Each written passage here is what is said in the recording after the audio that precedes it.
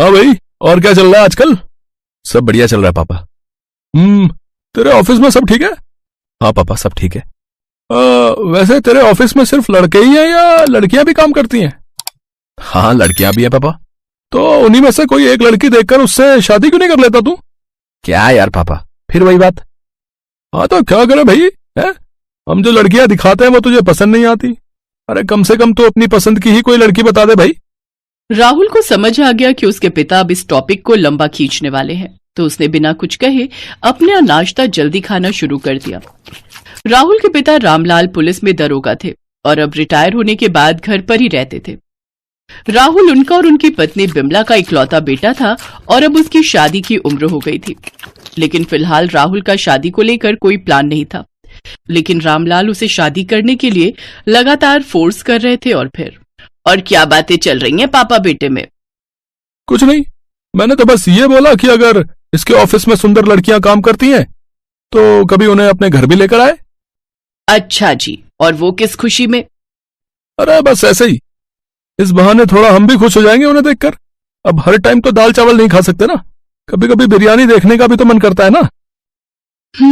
वैसे उम्र हो रही है आपकी, तो बस आप दाल चावल पर ही फोकस करो, कहीं बिरयानी आपकी तबीयत ना खराब कर दे। अरे अरे, अभी मेरी उम्र ही क्या है, अभी तो मैं जवान हूँ, और जब तक घर में बहू नहीं आ जाती तब तक तो मैं बिरयानी खा ही सकता हूँ। हाँ, जैसे बहू के आते ही बड़े सत्संगी हो जाओगे, हम जानते नहीं क्या आपको। अच्छा मम्मी, पापा इतने रंगीन शुरू से थे या अब बुढ़ापे में ज्यादा जवान हो रहे हैं?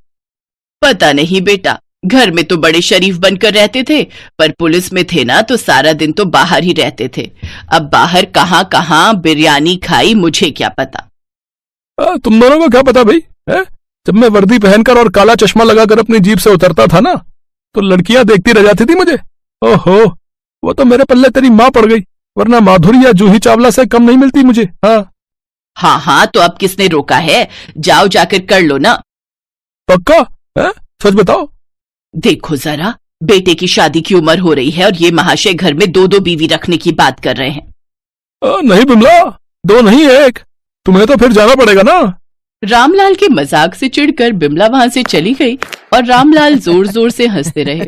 दरअसल रामलाल रंगीन मिजाज के आदमी थे और ये बात सब जानते थे। ऐसे ही कई दिन बीत गए और फिर राहुल के लिए कविता का रिश्ता आया। कविता देखने में बहुत सुंदर थी, तो राहुल ने झट से शादी के लिए हाँ कहा और पट से दोनों की शादी हो गई। फिर कुछ दिनों के बाद, नमस्ते पापा जी। नमस्ते, कैसी हो कविता? मैं ठीक हूँ पापा जी। वो तो सुबह ही ऑफिस निकल गए। रात को देर से आया था और सुबह जल्दी निकल गया? अरे पागल है क्या, नई नई शादी हुई है, पत्नी को टाइम देना चाहिए ना उसको।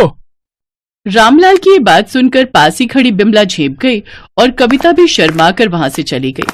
फिर उसी शाम खाने की मेज पर भाई मजा आ गया। अब कल क्या बनेगा भाई? आप बताओ क्या खाओगे? अरे कविता से पूछो, वो जो कह दे हम सब वही खाएंगे। क्यों कविता?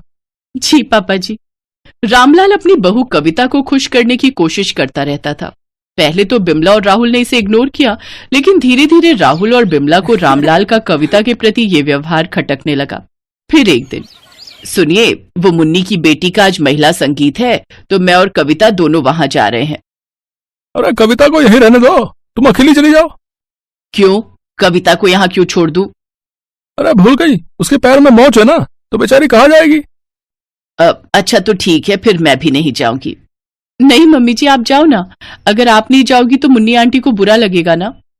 ठीक है, तो एक काम करो, तुम अपने कमरे में जाओ, मैं जल्दी ही वापस आ जाऊंगी। बिमला बहुत बेचैन थी, वो कुछ समझ नहीं पा रही थी। दरअसल रामलाल का हर वक्त कविता का ख्याल रखना उसे परेशान कर रहा था। उसके मन में उन दोनों को लेकर कई सवाल उठ रहे थे, जैसे कहीं उन दोनों के बीच कुछ ऐसा तो नहीं था जो एक ससुर और बहू के बीच बिल्कुल नहीं होना चाहिए। कविता के कहने पर वो पड़ोस के घर चली तो गई, लेकिन वहां भी उसे चैन नहीं आया और वो थोड़ी ही देर में वापस आ गई तो देखा कि रामलाल हॉल में नहीं था। बिमला को शक हुआ और वो दबे पांव कविता के कमरे की तरफ बढ़ी। वहां उसने देखा कि कविता बिस्तर पर लेटकर कराह रही थी और उसके सामने रामलाल उसका पैर पकड़कर बैठा था। ये देखकर बिमला आग बबूला हो गई। उसने फौरन आगे बढ़कर रामलाल को एक जोर का चाटा जड़ दिया। शर्म आनी चाहिए आपको, आपने तो अपनी बहू को भी नहीं छोड़ा। छी! मम्मी जी, रुकिए, आप गलत सोच रही हैं।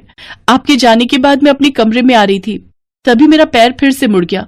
मेरी चीख सुनकर पापा जी दौड़कर आए और उन्होंने मुझे यहाँ लेटा दिया। वो तो मेरे पैर पर गर्म पट्टी बांध रहे थे, जिससे मुझे थोड़ा दर्द हो रहा था। आप गलत सोच रही हैं, और वैसे भी पापा जी ने तो मेरी कई बार पट्टी की है। कई बार पट्टी की है मतलब? ये क्या बोल रही है, जवाब दीजिए। रामलाल चुप खड़ा था। बिमला उस पर चिल्लाई जा रही थी। तभी कविता उन दोनों के बीच आकर बोली, बस करिए मम्मी जी, आप लगातार गलत सोच रही हैं। आपको सच सुनना है ना तो सुनिए। मेरे पापा का नाम हवलदार राधेश्याम था।